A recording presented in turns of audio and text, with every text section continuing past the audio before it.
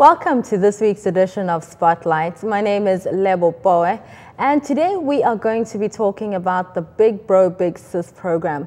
What's that all about? Well, in studio we have the Big Bro Big Sis president.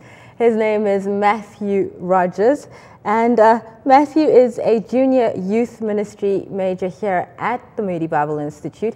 He began with the program as a freshman. Wow, so you've been around for quite a while with these guys. Well, I guess, yeah, yep. Well, tell me a little bit more about Big Bro Big Sis. What is it all about? Big Bro Big Sis is just a program. It's not a PCM here. It's just a program where students can sign up, and they are paired with one little sib that they'll keep for their entire time here at Moody.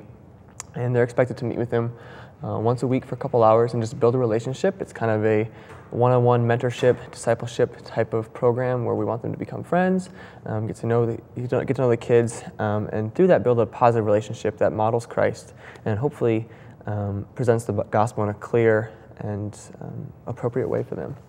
Now, you say you've been with them since freshman. What was it that attracted you to the program?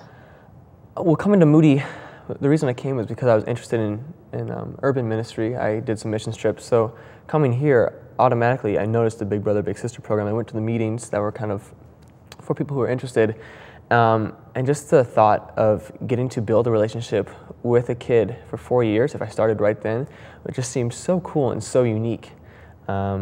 So it was just, I met people in it, I had friends in it, I had sisters on my sister floor who were in it who just said great things about it and just the experience it was and how formational it was in their own spiritual walk, just learning how to serve and love outside of themselves. And that was just really attractive, and I immediately caught my eye and immediately just started praying and thinking about joining. Now, I understand that you're from Wisconsin. Which part of Wisconsin are you from? A rural part in southwestern Wisconsin, Platteville, Wisconsin. Okay. Yeah. I just spent a couple of days there very recently and noticed that it was a very kind of rural setting. So was that a bit intimidating for you to come into the city and now try and sort of mentor kids that are growing up in the city? Didn't you think, how am I going to relate to these kids? Did you have any of those kind of questions? I still have those kind of questions. That's not something I've come up with an answer to at all.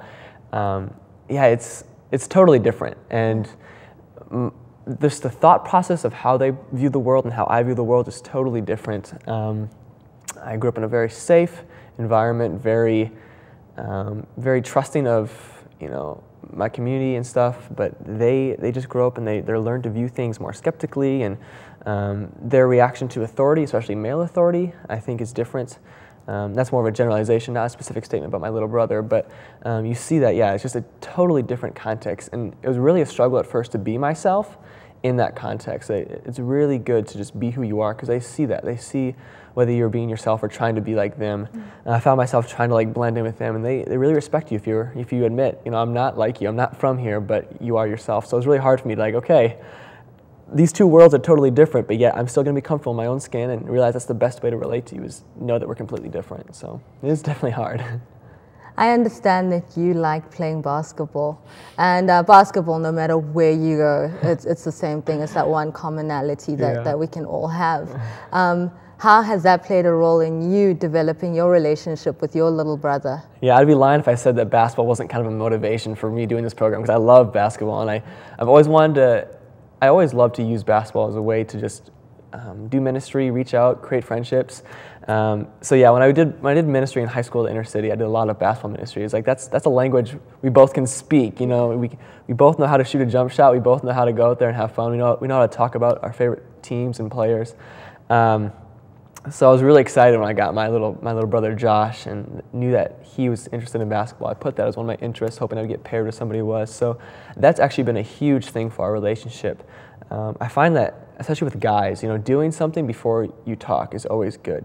Guys don't just want to sit down at a table and converse back and forth over coffee. You need to kind of have fun together, share memory, sweat a little bit, beat up on each other a little bit, and that's what basketball was for us. I think some of our best conversations have come after we've played an hour of basketball, and he loves it. I love it. It's I almost feel a little selfish at times because I kind of suggest to him, hey, do you want to go play basketball? I'm kind of selfish. I want to hang out with him just so I have somebody to play basketball with. who I can beat. No, I'm just kidding. I'm just joking. No, he's actually starting to get a lot better than me in a lot of ways. So, but it's just so much fun. It's just cool that ministry doesn't have to be like this huge sacrifice. Like we can do what we both enjoy, and he enjoys it as much, if not more than me. And I love basketball, so it's been a great tool to use. Like God has given me a passion for that, not necessarily gifting, but a passion, and I've been able to use that to connect with him so many times. It's been such a useful tool. We've had conversations where we sit down and talk about the Bible, talk about the gospel afterwards, because he's more open. He talks after we play basketball often. Sometimes he won't open up until we get off the court, and then he talks. You know, he might get mad on the court when I'm beating him, but afterwards he's more comfortable around me. It's just been a huge blessing to have that as a resource and a tool for this relationship. You're tuning into Spotlight, and we're talking to Matt Rogers, who is the president of Big Bro Big Sis. Let's talk a bit about, earlier on you're talking about the selection process. How does that happen? How do you get these kids to be involved in the program and then match them up with someone who wants to be their big brother or big sister? Yeah, that's kind of a sticky process because we don't really have a formal representative in the community. We try to get our sibs from the surrounding community by Moody, usually Cabrini Green, but it's kind of branched out into other communities just because Cabrini Green is becoming depopulated. Yeah, it's a process of we want sibs, big sibs who want to be in this program and want to make a commitment. So we make it very clear at the initial meetings that we expect them to meet every week with their sib, you know, throughout their 4 years, you know, so we kind of expect a lot. We say, we don't want you just flippantly joining this. We want you to seriously think about it, pray about it, talk with us about it, because we've seen so many big sibs who get really excited about it, do it for 6 months and then drop out. And we don't want to see inconsistency. We feel that the sibs that we're dealing with, the little sibs we're dealing with, have seen a lot of inconsistency in relationships and a lot of relationships that end badly, that don't end in a healthy way. That leave them disappointed, and they're really young and they don't know how to process that, I guess. I mean, it's difficult for anybody to process that.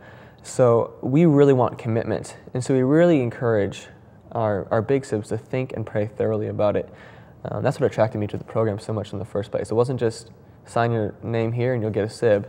It was think about it, talk to us, put in an application. We had to put in an application saying what we're interested in, why we want to do this, our background, our history with ministry. So that was a huge point for me.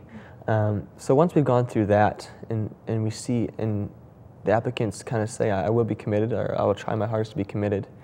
And also, as I said before, it's not a PCM, so they can't just sign up to get credit for it. We want them to sign up and say, this is an extra thing. Like, you're not just doing this because you can sign up for PCM every week. We want you to want to do this. So that's a nice aspect. And then once we do that, we have representatives who are going out into the community. Some of them work at after-school programs in the Cabrini community, and they bring applications with them, and they hand them out to parents or sometimes students who then give them to their parents.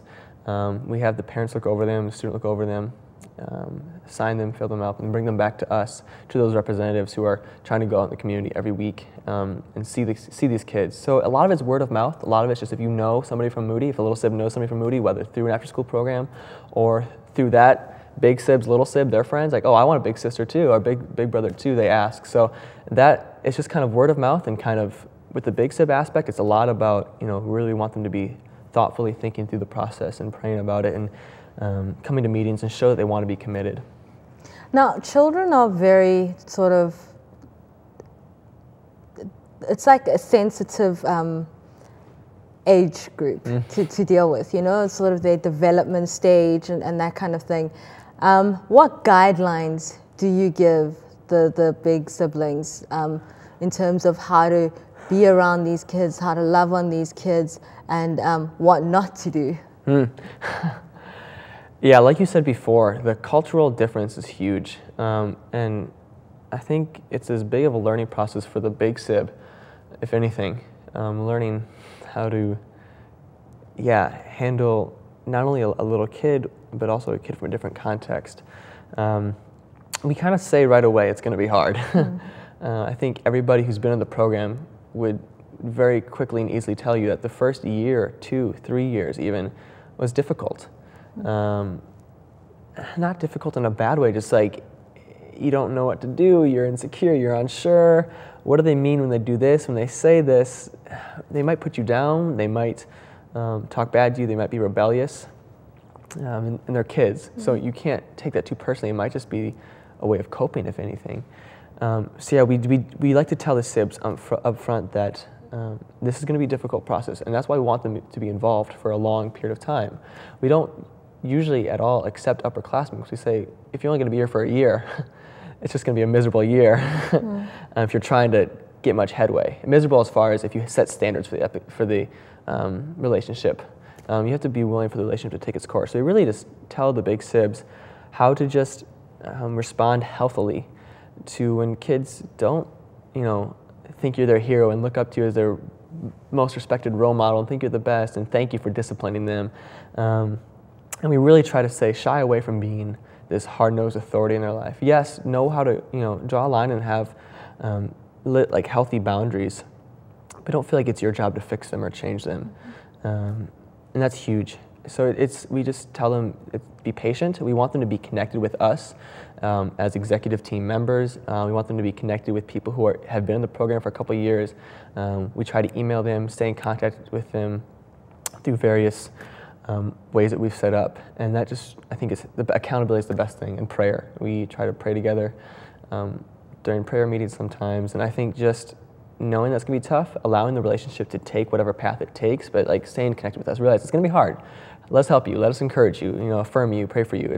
It takes time, but I can say in hindsight that process is so rewarding. So something difficult for us to grasp in the time and age that we live in, where everything is just so instant and so now, and we forget that building relationships actually take time. And I would think one of the biggest fears of people coming to you guys would be, but what if they don't like me? What do I do? No, that's very true. I think that's kind of a question we address right away. I think one thing is we have to understand that they probably like you. They just don't show it the way you want to receive it. It's so hard when you don't get that approval, when you're giving of yourself. You want that approval, like this is worth it, but you might not get that from a 9-year-old kid. They don't know that, no, I'm supposed to verbally affirm you to make you want to be with me. And they might show their love in very interesting ways. One thing we tell them is just notice the fact that they want to hang out with you every week. They might not say I love you, because they're not used to that kind of language. Yeah. They have to learn that kind of language and that kind of dialogue. I mean, I wouldn't know how to say I love you unless it was told to me over and over and over again. I wouldn't know what it's like to show affection unless it was first shown to me. So our job is not to expect to receive affection, but to first to give it. And know that they have to learn the language of affection and the language of caring if they haven't received it that much. So yes, they might not show you that they like you the way you want to, but they still want to hang out with you. Yeah. Whether maybe it's an unhealthy view of it, they still want to hang out. They still want to be with you. So just learn that they first need to see love in order to give it back. So it's kind of a process. Matt Rogers, a youth major ministry here at the Moody Bible Institute. Thank you so much for taking the time out to come and share with us a bit about the Big Bro, Big Sis program. Now, I understand that you guys are going through a bit of a change within the program. How can we pray for you? Oh, in many ways. We are restructuring the program. The way we have been told by our new advisor that our program is has the paperwork and the structure of a program from the 70s, because it's kind of been going along without much faculty leadership. And now we have new leadership, new faculty advisors, and we're trying to restructure it. So you guys can just be praying for us as we go through this process of adding rules, adding paperwork, adding good things that are good for the program, but just relearning how to structure a program, and just pray for that we'd have patience and just wisdom throughout this time of transition, and a continued just focus on the kids in the ministry, not getting caught up in our side, but just realizing it's still about the relationship, and just praying for patience in that is always huge. Thank you. And that was Matt Rogers, a youth ministry major here from the Moody Bible Institute, and we were talking about the Big Bro, Big Sis program right here on Spotlight.